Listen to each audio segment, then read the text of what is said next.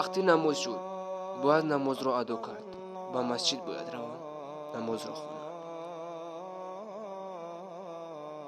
مغازچی به کجای رفت؟ باید رفته گنچی گیریم. این را ببین، در اینجا چیزی نیسته است. من به نماز رفتم. اون محصولاتی که میخواهید مبلغش را در روی میز گذارید. زود زود بیا گیریم رویم. محصولات را گرفتید. مبلغش را بر روی میز مانید. دوستانم این چیز را گرفته مبلغش را سپرده. بله، مبلغش رو به شخصی در اون بوده سپردیم. در مغازه من شخصه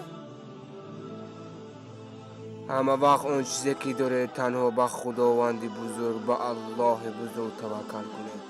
پروردگار بزرگ اون چیزی که داره در پناه خود حفظ میکنه. تنها در عبادت و شایستگان باشه. در صحیفه ما ابونه شده این نوار رو به تمام دوستانتون روان کنید.